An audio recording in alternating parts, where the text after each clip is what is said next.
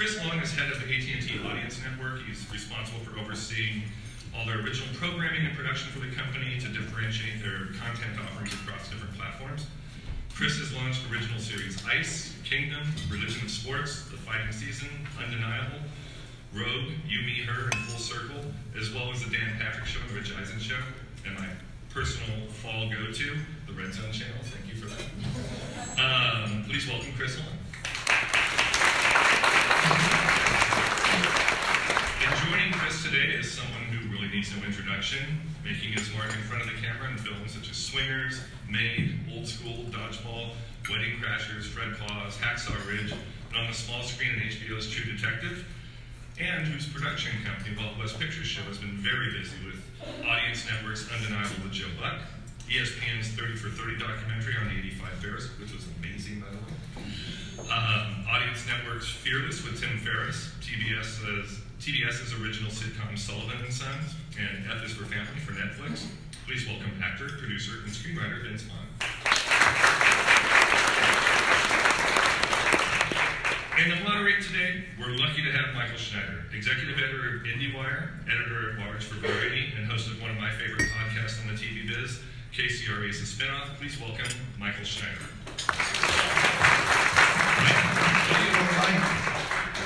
You're my hype team, right? Yeah, listen. What up? I've been sick for a while, but my mic's not hot. Whatever. There you go. We're good. Yeah, we're good. And also, as a long, I think I've subscribed to DirecTV now for 15 years, so I'm finally getting something back. All that time, all that investment paid off. You get my love and appreciation. I appreciate that, Chris. Well, first, let's kick off. Vince, I want to start with you because, like the man mentioned, your production company's been hot for a while, but more recently, you've really gotten into this talk game in a serious way, thanks to the fine folks at Audience. Talk a little bit about sort of becoming sort of a, I don't know if you'd call it an accidental talk show producer, but this has become sort of a big deal for you. What is it about that space that you sort of found yourself now producing 2 talk shows? Well, personally for me, I always liked a long-form interview if someone would be kind of forthright and get a chance to kind of put things in their own words. And you get kind of like an autobiography, where they get to tell you how they felt and how they experienced things. And it just wasn't a lot of long-form interviews where you really took the time to sit with someone. The podcasts, I think, do a nice job of investigating stuff, and I've become a fan of a lot of the different podcasts. And personally, I like that time spent in getting into those details. So in athletics, it felt like the culture had gone so much so to really sound bites. People are very protective of themselves. They see themselves as a brand. I don't know what the relationships are with the teams, but it's very boring to hear these interviews. They all kind of say the same stuff. So it felt to me that to get these guys, once they were retired, and they could kind of have a chance to talk about things, and not a gotcha way, but sort of just what is their take or opinion, that felt to me to be something that I would be interested in. And so obviously, the Audience Network was willing to take a shot on that. It was amazing to me that there wasn't an appetite for it. People were looking for, something that felt a little bit, at first I think the people maybe out of date, or what would be the attention span of people, but Chris and AT&T were very supportive, and the show's done remarkably well, and I think it's really a tribute to both, Joe Buck, who does a very good job of being a good host and listener, and also the guest feeling comfortable to kind of talk about things. Yeah, well, I think your show especially has helped sort of evolve how people kind of perceive Joe Buck as well. This is a real sort of a different side to some degree of Joe Buck. And Chris, you've known Joe for a long time. You worked with him back when you were at Fox. So sort of run me through how this relationship began and how Vince came in and how you guys ended up on the same page. I just think Joe was misunderstood. I don't think he knew who he really was. And I don't think he was given a platform that he could really be himself. And if you sit with Joe, he's very charismatic. He's funny. Has the ability to disarm you in a way that you feel like, I'm just sitting here talking to a friend. And so when I worked with him at Fox, I used to talk to him about, hey, you should do more. You should do more. I didn't have the idea that Vince has, which was amazing, which was coming up with a way to sit someone down and explain to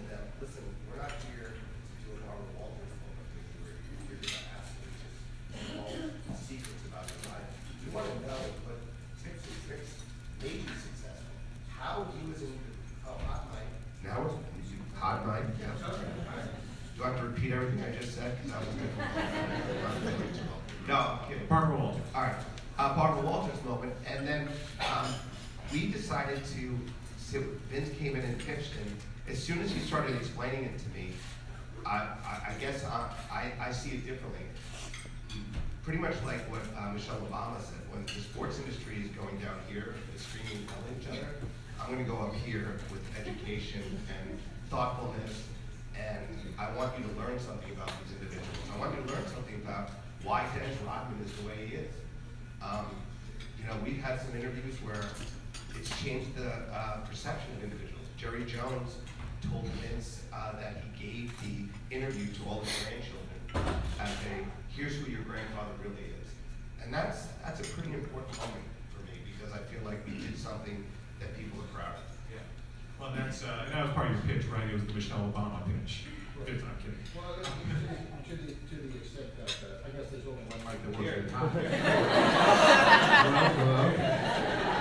Boy, if we were a really aggressive boy band, there'd be some asses that we would replace all the roadies after this one. Like, showing up with a wrinkled shirt would be a problem.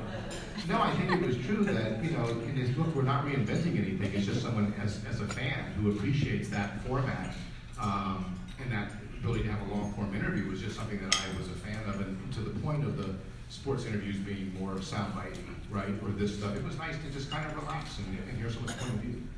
Now talk about Tim Ferriss. Yes, I will. There we go. There's this one. Yeah, double fisted. Tim Ferriss was someone who you actually, speaking of podcasts, that was someone that you really enjoyed listening to on the podcast forum, and you thought, hey, this would make another great talk show. Yeah, I mean, for me personally, I like hearing different ideas or different ways of doing things. And Tim, I think, does a very nice job of bringing in different people. And again, I find him to be a host. And to your point about Joe Buck, a host should be, kind of, you feel welcome, and the focus should be, talking to the person. I think Tim does a good job of kind of locating things that people do that are effective versus just efficient, like things that are actually moving the needle. And I like hearing the different backgrounds or points of view of different people, regardless of their careers. I think it's fascinating, as well as there's sometimes things that you can incorporate in your own life. So Tim became someone that I was interested in doing instead of the podcast, a little bit different of a long form interview, but people from different walks of life. And it's not the same show as Joe Buck, where Joe Buck will kind of go through their sports career and their childhood. This is more kind of focusing and isolating on where did they see things going, how did they handle failure, what did they do to see things differently. Because a lot of the people like Bill Rasmussen, who started ESPN, it was radical to me to know that there was no 24-hour sports. There was no concept of it. And just the way that a pioneer like that, as an example, I wanted to just better understand how did he recognize that there was an opportunity for that, and how do you go about it? It's interesting too, and exactly, just switch mics. Right. Chris, so much of what we've seen in late night these days has been all about games and slow jamming the news and sort of moving away from conversation. But the fact that there's still room to have actual conversations, adult conversations on TV, is pretty nice. And I don't know if that's sort of a product of sort of a peak TV era where there's kind of room for everything. But what's your philosophy of these kind of shows? I guess for me, I'm a huge TV fan. I mean, I used to run home from school and watch Different Strokes and watch all these shows that I wanted to identify with, get away from what was happening at home. I thought I want to learn something. I don't want to see something salacious. Tim Ferriss, we had dinner with him, and just sitting with him and seeing how he acts, like the way he looks at things. I think people need to hear different points of view like that. So for us, we want to educate, we want to elevate, but we also want to learn something. I don't learn a lot watching a lot of the television that's out there. So if I can, put something out there with Vince especially and his talents, I think that's something we should be doing. I think obviously what's happening in the climate today, there's a lot of noise on both sides. Why don't we have something that we can watch and not feel like we're, have to jump on a side? Why don't we watch something that we look at and we can have our children sit down and go, hey, you know what? Look how Bill Rasmussen took a chance and went to a satellite company and said, I'm going to buy time for you on my credit card for $9,000. I'm going to max my credit card out, and I'm going to tell you I'm going to put sports on 24 hours a day. That's legendary. That's what we should be teaching our children.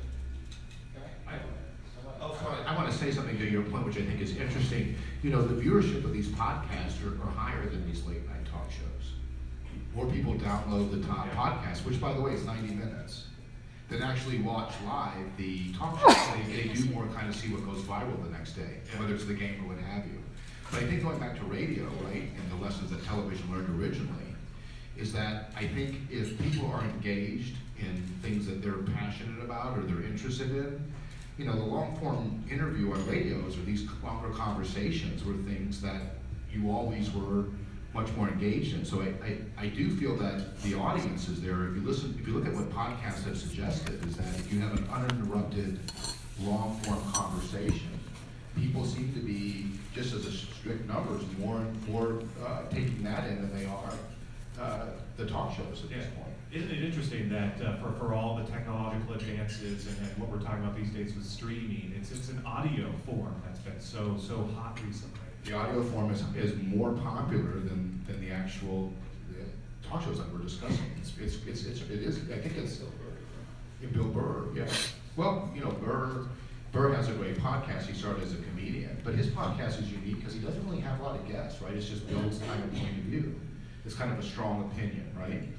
But yeah, then for F is for Family, for that show, it's just taking you know, his childhood and doing that as a show. But I think that there's always, I think we can outfox ourselves sometimes, and I think it's like the same thing, that the things that we're interested in or the things that hold our attention is probably going to there's probably an audience for it, and these guys were, you know, willing to do that and support that. But there haven't been a lot of, now you see more people in sports suggesting a longer form interview or these types of things. But we weren't by any means the first to do it. I think he was just confident and willing to kind of bring it back in a way and trust that people are craving some sort of real conversation. Yeah. Now, speaking of talk shows and conversation, I still remember when you guest hosted for Letterman that time. And ever since then, every once in a while it pops up, why doesn't Vince Vaughn do a talk show? Why doesn't he host something? Is that something you've ever seriously considered? Well, you know, when I did that, I always loved Carson. It might just be my age as a kid. And so I really tried to just be a host in that way. You know, I found that something happened where the host always now want to show you how smart they are. They're always looking to get a joke in. Yeah. And Carson was always kind of, even if he failed, you kind of liked him. But I enjoy hearing other people, and you know, I enjoy those types of conversations, but it wasn't a calling of mine on a regular thing to go out and have a show and do that. But I think, you know, the Joe Buck Show, you know, someone like Joe who's really very well informed in sports, or someone like Tim who's had a lot of experiences in life. I love hearing those guys sit with people that I'm interested in and hearing that long conversation. Yeah. Just like the podcast or the stuff that you guys do. I find it fascinating when you can sit with someone and you almost feel like you're at a dinner table, but you're getting access to those things. I find that to be very valuable. You know, as far as if you go back, if you ever read like Franklin's autobiography, which I think is one of the best books out there, how hard it was to get a hold of books and information. And nowadays, there's such an access to that stuff. And I just think these conversations are sort of part of that, hearing how these people approach things and think about stuff or deal with rejections. I think it's really valuable just as a human being to kind of get different perspectives and get insight that you wouldn't normally have if you didn't have access to these people. Yeah, see, and that's exactly why I think you should host a talk show. Chris, I think you need to keep working on Vince Vaughn for the eventual show on Audience Network. Yeah, I can't afford it.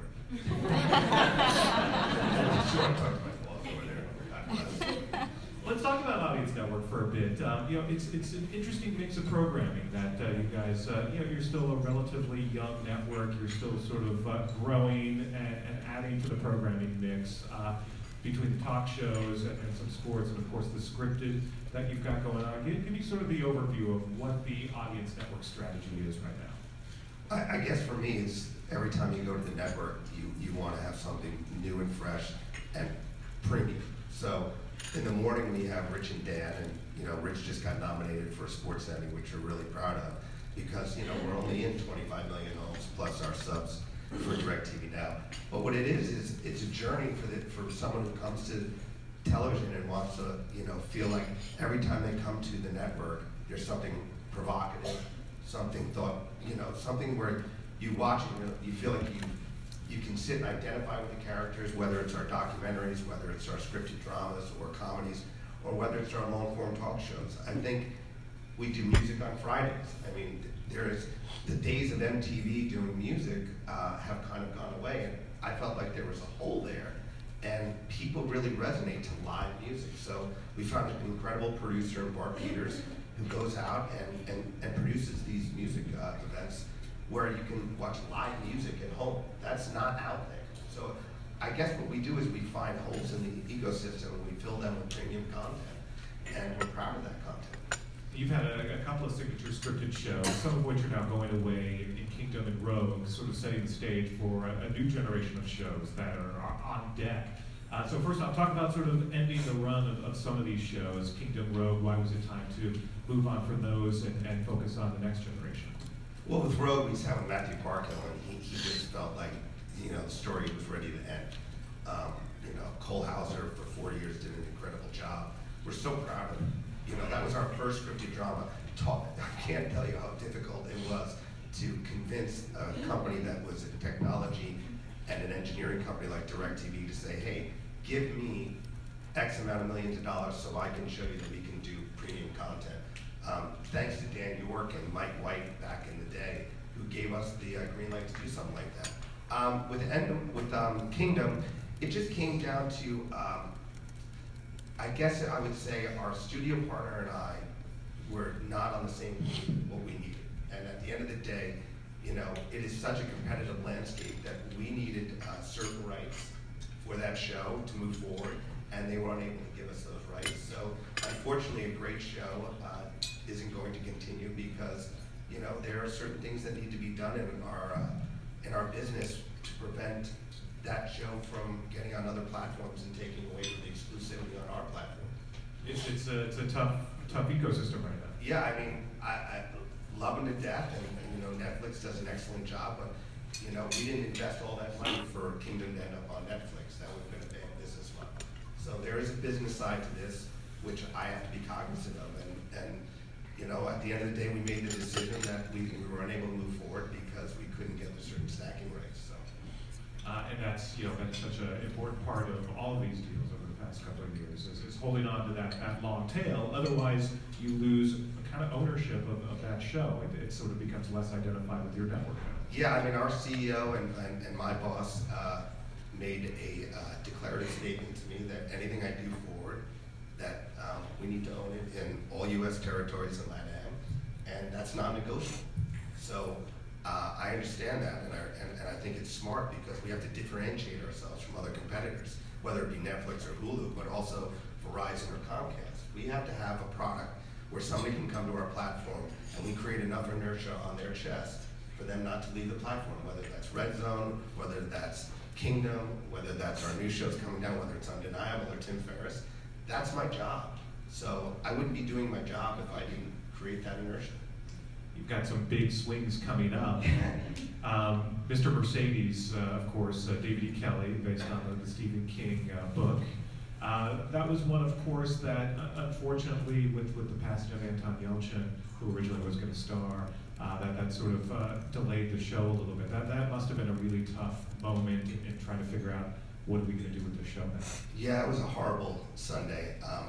I was on the phone with Jade, and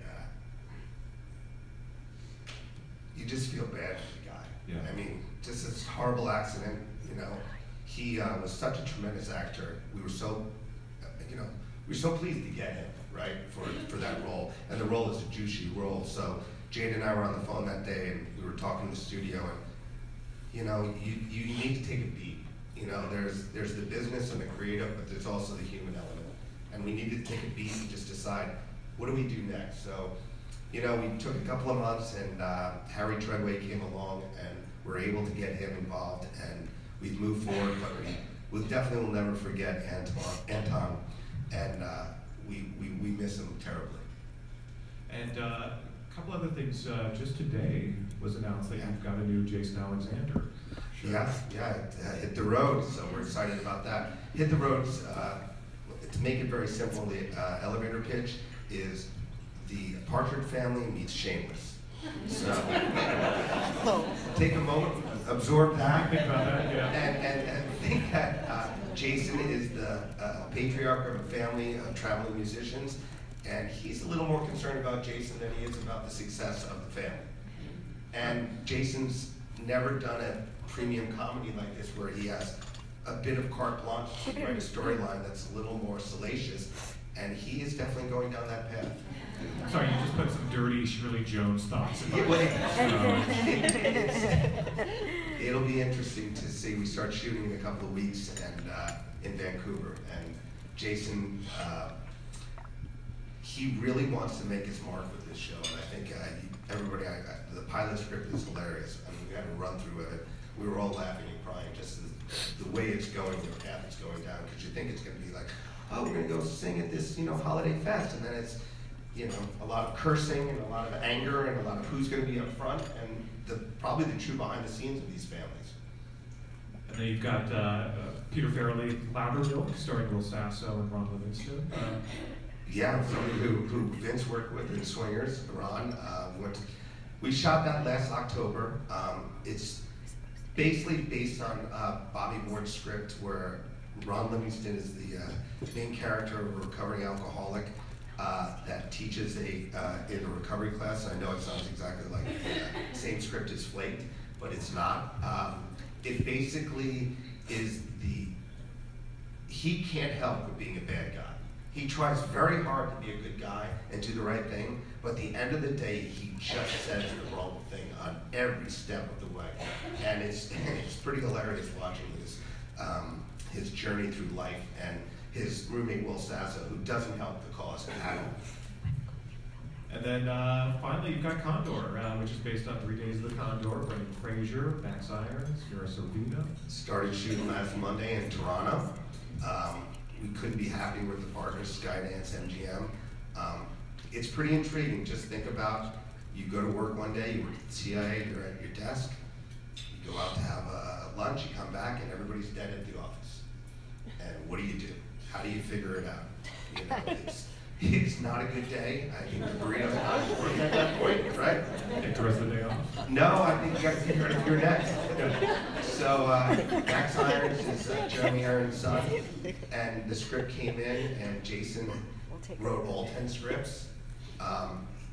It is one of those shows where you sit on the edge of your seat and you're basically thinking, that's probably not a good idea, but it's probably going to happen. These are some big names here, and then of course Mr. Vince Vaughn as star producer.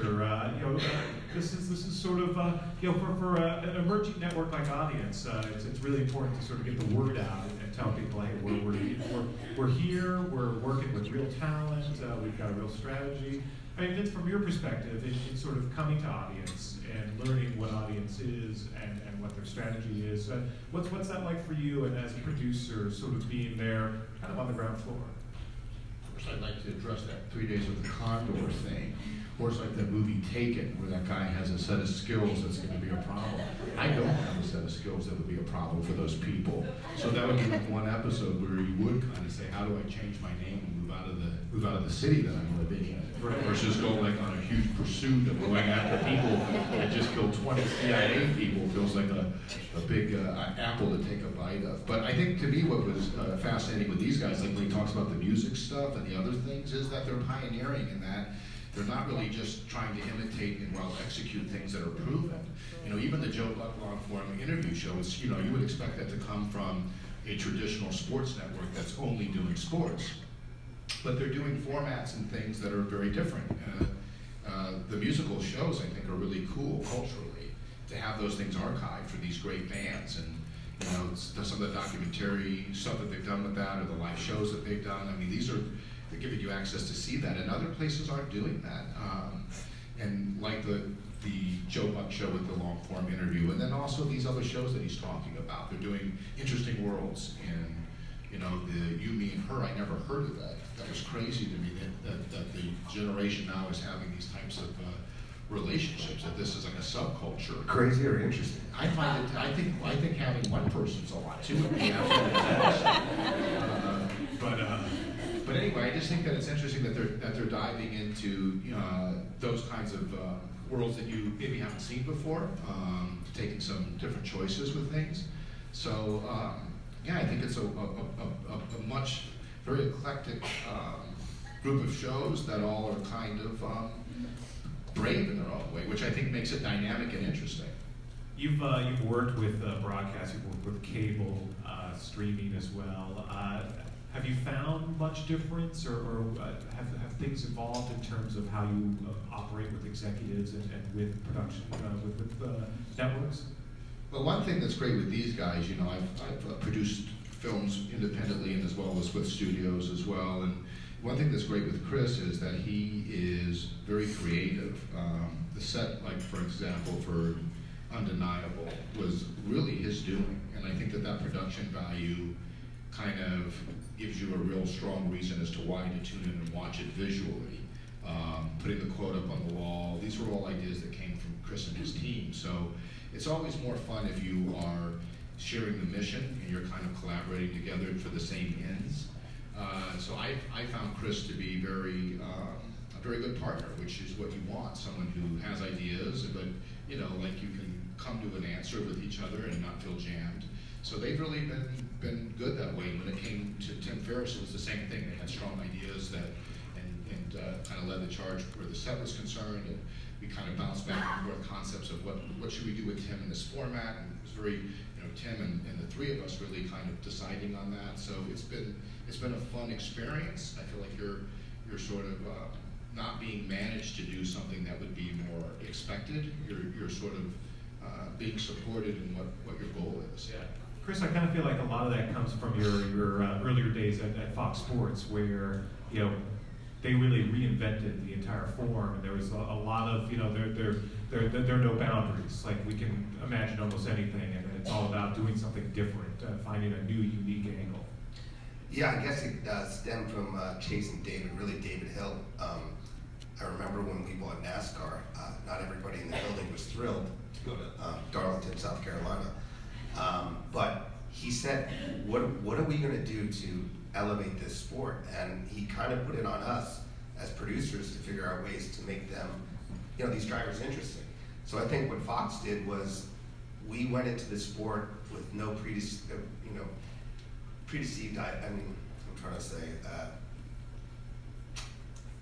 ideas of what I've been sick, I apologize.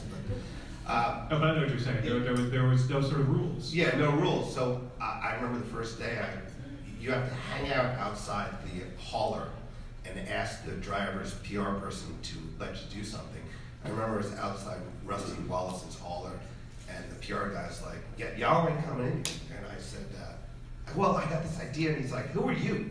I go, "Well, I'm a producer at Fox Sports." And he's like, "Oh, you guys, huh? So you ain't gonna just come here and make." And I go, "No, I have this great idea." And all we wanted to do, there was a fight the weekend before, and I wanted all the drivers to wear a kamikaze headband and sing to Everybody Was Kung Fu Fighting. And these guys looked at me like, "Are you out of your mind?" And I said to him, "Just let me talk to Rusty. Just give me 5 minutes." He says, "No, I won't bother you." So I walk in, and Rusty Wallace is like, "What do you want?" And I explained the idea. He goes, "You really want me to do that?" And he goes, That's hilarious." And I said, "Oh, yeah, let me just film it, see how it is." And then all the drivers kind of saw we had these out-of-the-box ideas, and they let us evolve from them. Same thing we did with baseball. And I guess from there, I just felt like I wanted to be in a business where I could create from the bottom and be scrappy and not have everything on my side and have to figure it out. And we're doing something with Vince right now. We're doing a documentary. We're going to shoot for a year. We've been shooting for a year, right? About a year. And we were just sitting in my office, and Vince will come over and we'll talk business, but then we'll just start saying, "Hey, we'd like to do this, we'd like to do that." And there's no pressure in the room. It's almost like, what is a story out there that's not being told? And we came up with this idea, and we got these filmmakers that we were really excited about, and we sent them out and said, "You have a year to embed yourself within this story and find out why is this happening. And it's the relationship between the African American community and the police. And it's not, hey, I'm going to spend a week there and try to figure out the story. I want you to tell me what it's a year in the life of a kid who has to live within this environment and has no opportunity. And then we wonder why children go down the paths they do. And we wanted both sides of it. We didn't just want the kid's point of view, we wanted the police's point of view. And that was involved in like a 10-minute conversation. And then to Vince's credit, he just, next day calls me and is like, I got these guys lined up. I want you to interview these directors. I mean, Vince can tell us. The Simplest brothers, I think, who were terrific, and they did that, the 30 for 30, the Escobars. But the concept is really to kind of humanize people on both sides. Like everyone wants to go home with their family or have their friends. So if you can, you know, I've had friends who've grown up in that environment, and I also have friends I know who are police officers. And there's a lot of fear on both sides, and I think the situation, you know, causes a lot of problems. So it's really getting a chance to sit with the people that are involved in this and getting access to them, and then, you know, seeing their daily lives and kind of seeing what goes into it. But yeah, these guys were very supportive of doing something like that, which to me personally, again, as I'm, you know, sometimes these events happen and people always jump on a side and say, well, this is right or this is wrong, without even knowing the people involved or what happened. And to me, I feel like there's obviously some policies in place that are creating this conflict. And so I also know there's people hurting on both sides of it. So to me, it's interesting to try to understand the people that are being put in these situations. It does seem like you've got a lot of different passion projects going at the same time. You know, talk a little bit more about your production company and sort of what your philosophy has been more recently. It does seem like you're very targeted on, this is something that I really care about, so I'm going to do this. How does that all work? Yeah, I guess for me it's just more now like you're trying to do something you're excited about or things that you're interested in. There's really no more strategy than that. And then it's really important to find partners that want to do the same show that you want to do. That your goal is sometimes just the curiosity that you have as a person, that you're not trying to hit some abstract bar of this will draw an audience, you know. I know for me, younger, doing movies, we really worked from a place of what felt interesting or investigative, and then as you start to evolve and you start to get into different projects, and sometimes you're not on the same page creatively, and then there's different agendas or goals, and they're trying to hit an audience, and it loses its target being what is the point of view of what we're trying to say or do here. So for me, it really is just if I am going to spend time on something, I want to be curious about it, I want to feel excited about it, and I want to have a partner that I feel like is really signing up for that same experience. I don't want to wake up after a honeymoon and feel like we're really having a different objective. And what's interesting, if you look at the Joe Buck Show, or even this documentary that we're exploring,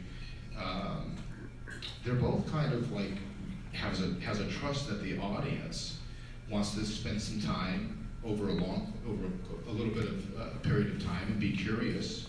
And there's a little bit of known that, like you don't know what's going to happen with these guys in an interview necessarily, but we don't really approach each interview feeling like we need to have some moment. It's more organic, and you sort of trust the process, that if you spend time with someone and sit with them, that something that's of interest will come out of it. And you can't program out of fear.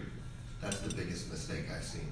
I see a lot of networks program out of fear and change the course and go different ways, and I refuse to do that. As long as Dan gives me the money, I'm not going to program. But that's the Hollywood way. It's all about fear. No. So I bet there are a lot of people probably in this audience who are wondering right now, okay, so what is Audience Network looking for? How do I get in the door? What appeals to Chris Long? What will actually get me a meeting of some sort? What appeals to me are environments and stories that are not being told. I don't need another police procedural. I need another courtroom procedural. I don't need another, sitcom. What I want to learn about is what we delved into. MMA for Kingdom, the Diamond District in ICE, an unsolved murder, and then the serial killer taunts someone. I mean, that's not something you see on TV a lot. It might be an episode, but it's not a 10 episode arc. We are interested in, it's not Chris Long, it's Dan York, it's John Stanky. it's the entire AT&T. We're interested in telling a story with authentic characters, with an environment in which you feel like you really identify with people in that environment. When Byron Velasco brought us Kingdom, he sat with me. I knew about MMA because we were simultaneously trying something called BKB in the fighters world, and he absolutely understood that these guys, 90% of people who fight in MMA do not make any money. They fight to eat. And when he told the story, he really embedded himself with Craig Jackson and the people that don't make it. And that was interesting to me because we always see the successful side of the business, but how about the kid who lives in Venice, who works out 5 days a week, but also is a dishwasher at night so he can feed himself, and the story behind the family arc and deep-seated issues, not just the first layer and the second layer, but the tertiary layer. And I realized the word I was going to say was preconceived, so I'm going to say that right now. So I don't like to be wrong, but what I was saying, I don't know why I say that. But and the bottom line is that Kingdom was authentic.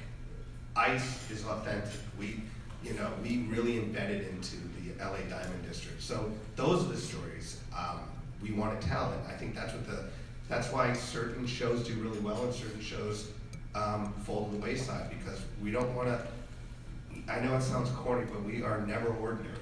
The programming lineup isn't ordinary, but I can tell you this, that I have more people come up to me and have a different taste in a different show, whether it's Kingdom or whether it's Religion of Sports, this docu-series we do with Gotham Chopra, Michael Strahan, and Tom Brady.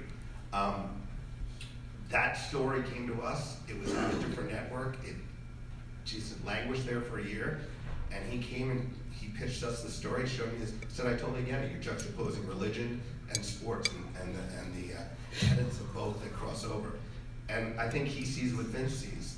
We come from an environment of, we know what it takes to sit in that bay for 14 hours. I know what it feels like to call an agent and ask them 50 times, hey, can your client do this, or a publicist? We know how to design a set. I feel confident that it doesn't take a large group of people to produce great television. It just takes like-minded people. Now you have Dirty Shirley Jones. Yeah, Dirty Shirley Jones, who hasn't been cast. You are stuck on the Shirley Jones. Yeah, a little disturbing. It's changed the tone of this. I will say this, that the one thing about Vince's production company is he has a young, well not young, but a gentleman who works with him named Peter Billingsley that I've worked, I don't know, it's my 20th year doing this. I've never seen anybody work harder than Peter does to make the show great. And I think that's a testament to Vince's, tutelage to him, but also to that we're all like-minded. Every episode we sweat on those episodes, and we're slowly developing another show with him because we were all interested in a certain world about PTSD. So those are worlds I want to learn about. And if Peter does that, even though he shot his eye out, which I think is sorry, might shoot your eye. I could not resist that. Yeah. Christmas is a very busy holiday for Peter.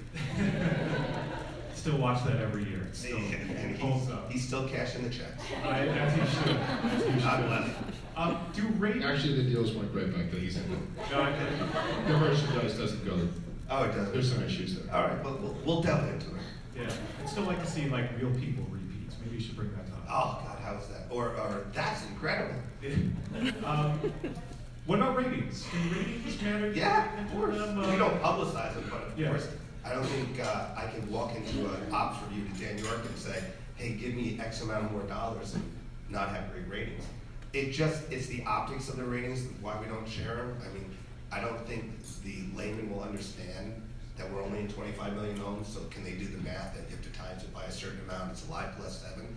So at this point in time, we use them internally to guide our decisions. Just like people will always ask, what do you do with big data? Big data is a great tool for us to use. I mean, we use it to give us certain genres that we should be looking at. But big data is not going to write a great character. Big data is not going to bring you the perfect showrunner. And these days in television, the most important thing is the showrunner, who's usually the head writer. But talking about data real quick, I mean, we always talk about Netflix and the amount of data that they have.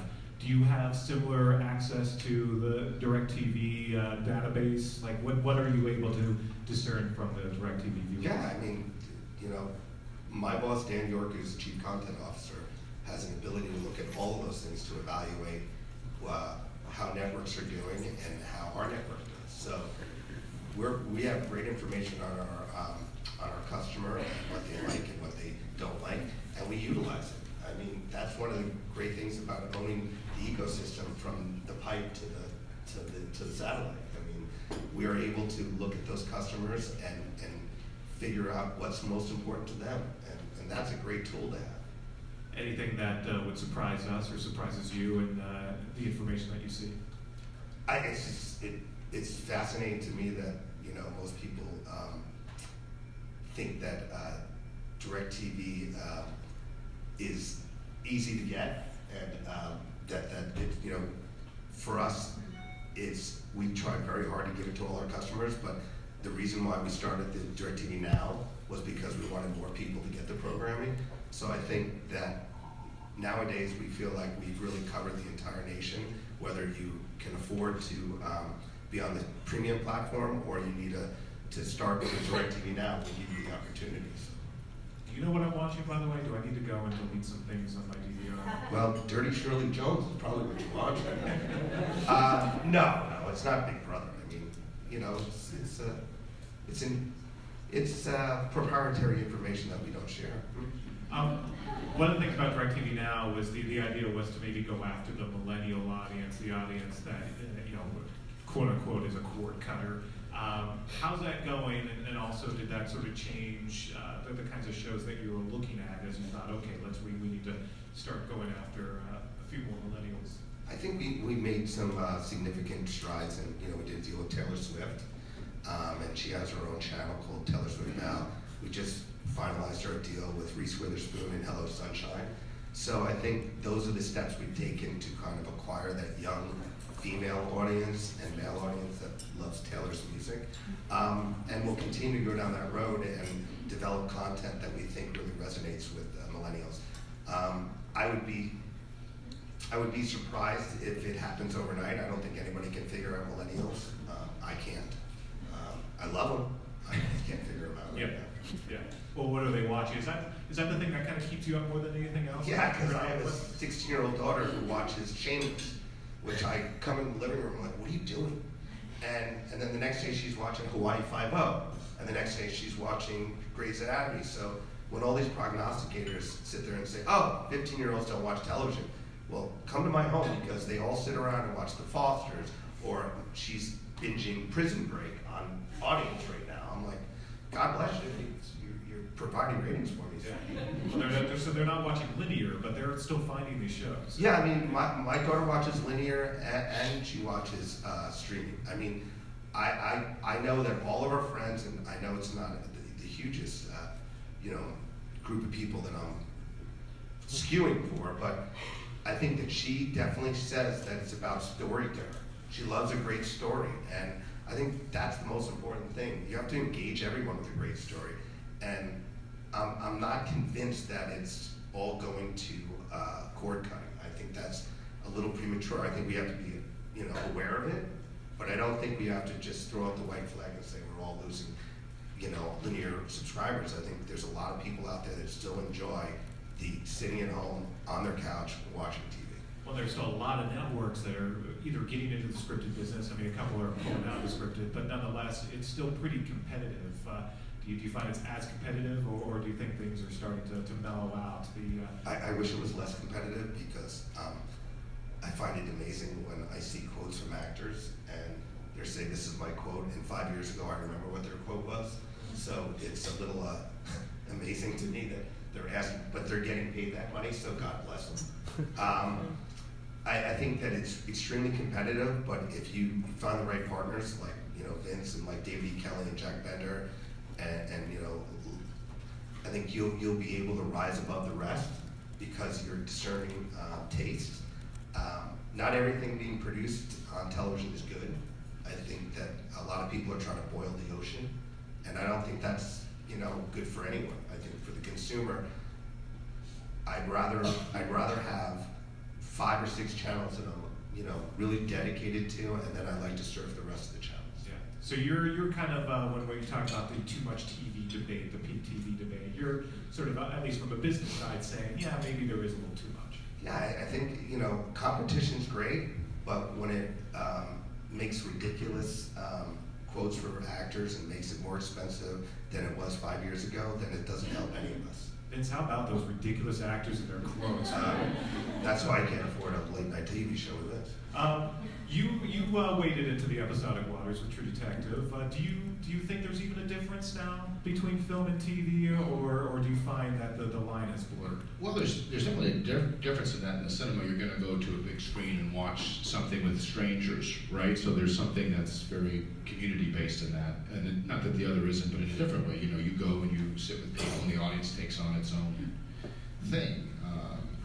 But I don't know. I feel that ultimately good stories or compelling things are what draws people in. I feel like sometimes, and this is just my opinion, we always try to understand things once they've happened or passed, and there's always a good breakdown of why we are, who watches what, how, and then something comes out that no one expected that really changes things. And I think that's really what the biggest takeaway for me is that someone with a good idea who's really has a strong belief in something, that will usually, if it's done and executed well, really draw people, whether it's a film or television or whatever it may be. But I don't know that there's a consistency that one way of viewing is this or that as much as it is individuals within that. Are you interested in doing more episodic as an actor? If a story came around that lent itself to that, I would definitely be open to that. But I don't have a real agenda, or it's this way or that way. I think it's exciting that there's so many different stories out there, and that there's stuff. I wish that the film industry would return more to character-driven stuff. But there is some of that obviously, and some good ones that break through. But what's exciting, I think, right now in television is that they're kind of diving into worlds that are interesting and taking some more chances there, perhaps, than what you're seeing. But maybe the pendulum just swung. I don't have a crystal ball where that's concerned. I'm curious. What are your thoughts where that's concerned? Well, I think in terms of TV versus film, to some degree, TV kicks film's ass right now, don't you think? In regards to quality of content? Quality of content, but also just resonance with audiences. People are talking constantly about what they're watching, not necessarily on the film side, but definitely on the television side, whereas film has become big blockbusters, which is fine. Nothing wrong. As far as originality and things that they're viewing, that is something unique and different. Yeah. So it's franchises. It's big budget franchises, which is fine. People really look forward to the next Star Wars, right? I think a big problem with that too is that they've gone so Wall Street, meaning that everyone's so driven towards their quarterly. They got to keep the stock inflated for the quarterly. Yeah. So they're going to go to say, we got this next franchise coming, and they're really chasing that. Well, versus what we're talking about, what Chris has been doing, which is getting more curious about something and trusting that. Although, Chris, that's becoming an issue in cable as well, obviously, with some of the conglomerates as they struggle and figure out what they're going to do next, the Viacoms of the world. So it's tough all over. Yeah, I mean, it's tough to find your identity, and I think that's why you have to stick to your core beliefs. I think when we started Audience, I was pretty adamant saying that we were going to go down this path of premium, and we're not going to divert from that. And I think we've kept that mantra. I do see, I do miss the days of, I know it's, a Vince movie, but the days of getting a movie like Swingers and Maid.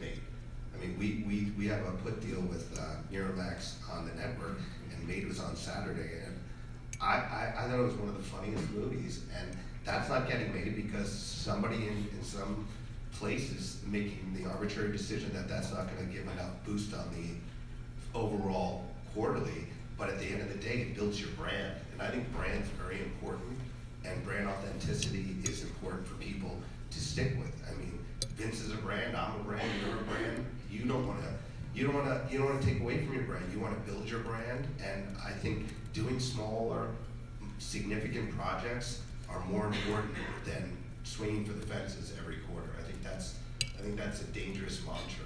Yeah, something I was going to ask you about real quick. Speaking of brand early on, audience, and before that, the 101, something that I was known for was saving some of these shows, like Friday Night Lights and Damages. Is that still a potential strategy, or have you guys seem to have moved away from that? I think we moved away from it. I mean, I'm not going to say we wouldn't do it. I mean, if there was a program that was really resonated with consumers, and it was run was taken away a little too early, we'd be open to it. I don't think there's a lot of those out there. I think people really do play out the series as long as possible. Yeah, I think that's what put us on the map. I mean, I remember when Ben Silverman brought Friday Night Lights to us, it was a gift from God. I mean, great series. Once again, finances got in the way of content, and we were able to get it another couple of seasons, and the same with Damages. But at the end of the day, I would sit with Dan and I would say to him, there isn't a grocery store full of these shows that I can just go to and go, oh, what's my next one? I really need to do something on our own and dip our foot in the water. And to his credit, he fought for that and said, yeah, you know what, let's see what we can do here. And when AT&T purchased DirecTV, our CEO doubled down on that. And as you can see, our programming is growing exponentially. I used to have one, tentpole drama a year. Now I'll have 4 this year. So I think that it's a testament to believing in our spirit of what we're trying to do, but also we definitely have to use this content to differentiate ourselves from everyone else. We actually have time to open it up to the floor for a couple of questions. If we got some mics rolling around, if someone wants to raise their hand to a question. Yeah, I'll come to you. Just a moment. Okay. Real quick, Vince, where is the Red Dragon? Right, the Red Dragon was a carved giant made. You know what's interesting though about what you're being said is that it's really about getting into the culture. So like a movie like Swingers does not have a huge box office, but a lot of the sayings and things are just everyday words that people use or expressions. So I think there's something in that if you're driving, sometimes in the big franchise or repeat and you're looking to turn something out, it's different than necessarily having something that culturally hits. That kind of becomes part of the fabric of the culture. And the funny thing was, we realized we were hanging out at the same clubs, because I was here in the mid-90s. We were at 3 clubs. We were at all of the Joneses and the Derby and Daddies. But yeah, at the Derby. But I remember we dressed exactly like that. My friend had a white Cadillac. We probably ran into each other. That's why it resonates so much, because that's what I want to identify with. So that's what we need to do in this generation. Is what resonates to them. Is it being lit at Coachella? Let's find a way to speak to these guys. You like that? I have Vicky here with a question for you guys. Hi, Vicky. I want to ask you a question. You're talking about culture, you're talking about millennials. Where are you sort of in terms of the new frontier, VR, all that kind of stuff? So we tried VR a couple of times during BKB, which was Big Knockout Boxing. It is some fascinating content. I think what we'd like to do is we'd like to continue down the road of VR and AR. We're really intrigued by those platforms, and we've had, Dan and I have had several meetings with several production companies on what we could work with them on, but it's definitely in our roadmap of products we want to engage in, and I think there's a place for it. I think it's much more evolved than 3D was, because I started the 3D channel at DirecTV. I know you all watched that 3D, fabulous program. But at the time, it was in the embryonic stages. But I think VR and AR, that's something I know we're going to push in the product side. Thanks for your question. Stephen Graham, how do you pay for your shows? That is, where does the revenue come in? From advertisers, from DirecTV? And how do you account for declining or increasing revenue in terms of the long-term pattern of the show? So, we have deals with the studios where we have all the U.S. territories in LATAM, and for us, the revenue comes in building a brand for AT&T that was a mobile company that now is becoming an entertainment company. It also is about churn mitigation. So for us, if we can make sure a customer doesn't leave the platform because of the content we create, there's a number you can put against that, and there's where you create an ROI. But we don't advertise, and we do not obviously charge our customers for it.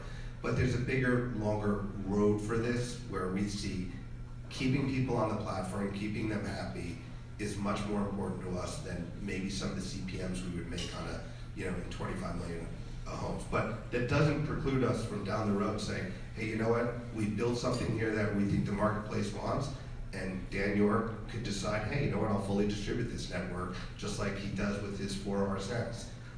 So there is a plan,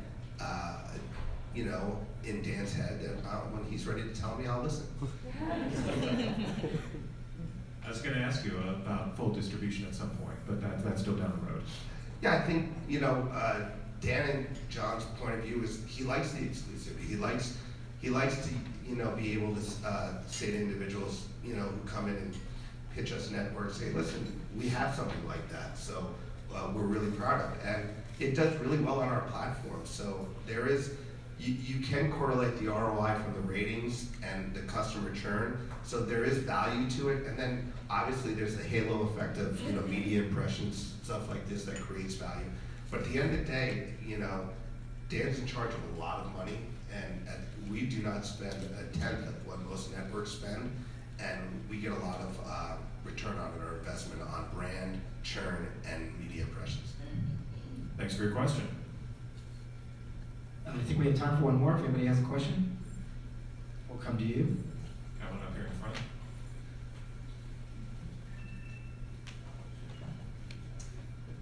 Hi. Just wanted to ask about short-form programming. Do you see, where do you see the future of that with AT&T and also all the digital SVODs and all that? So we definitely are interested in short-form programming. We have a show called Millennials that we started doing in-house that has done really well for us. It's 7 to 10 minute episodes. We just recently agreed on a deal to do some more short-form programming with one of our partners. Because we're not commercially, we're not subsidized by commercials, we sometimes finish show at 50 minutes and we have 10 minutes to get to the top of the hour. So we're constantly looking at ways to fill that hour without just doing promos and keeping the viewer engaged through the top of the hour. So, we do a lot of behind the scenes for our shows that we create short form programming, but I think in the future it's extremely important. We're doing a show with Tastemade that does a lot of short form programming, that's doing a docu-series for us. So I think that how it does well on different platforms is much more interesting to me. I know what works on Snapchat works different on Instagram Story, and then what works on Instagram Story works different on Facebook Live. So the time frames and the TRTs are different. So how you produce that is going to be interesting in the future. And can you tell a compelling story and keep the viewer engaged in 3 to 5 minutes? That's what I'd like to see get evolved. Vince, what's your relationship with social media and sort of producing direct to consumer? Is that? I'm not involved at all on social media. I don't have Twitter. I never have done any of it. I know that for a lot of my friends who are stand-up comedians, it's been a great tool and sort of, getting audiences to kind of pay attention. But I'm not an expert at it, nor do I participate in it. It may be generational. I was slow to get a phone when it first came out as well. But I think that regardless of any of it, what Chris just hit upon and what we've all talked about is there a story that's interesting, and then however you get it out there and however you access that obviously is important, but I think it does start with kind of having something that people are interested in and being able to tell a story. And I like that there could be short form or long form, because in the old commercial days, there was a set time frame, but some stories might take a little longer or a little less, so I think it's exciting that you're not restricted by that. And as far as the millennial stuff too, it's like, I think they have to tell their stories of their generation, and that will emerge just like music does. And I don't know that older generations can understand it exactly or say it has to be this way. I think things will hopefully emerge that those storytellers or people will come forward with some passionate ideas that they're excited about. And I think for them, it's a struggle. For them, it's a different type of struggle. For them, it's how do they accelerate from college to a job? I kind of have this theory that most of the baby boomers are retiring later because they're unable to retire. So the jobs of attrition that would open up for millennials aren't there because people are working later in life. And so you have these millennials sitting at home saying, hey, I went and got a college degree, I did everything right, but I only can become, I only can elevate to a barista at Starbucks. Nothing wrong with barista at Starbucks, I love doing that, but I don't think that was the aspiration of the college student. So I think to them, that's their struggle. Like, I'm sitting in this 25 to 30 world where, what am I supposed to do? I've done everything right. So I think that's the story I'm interested in.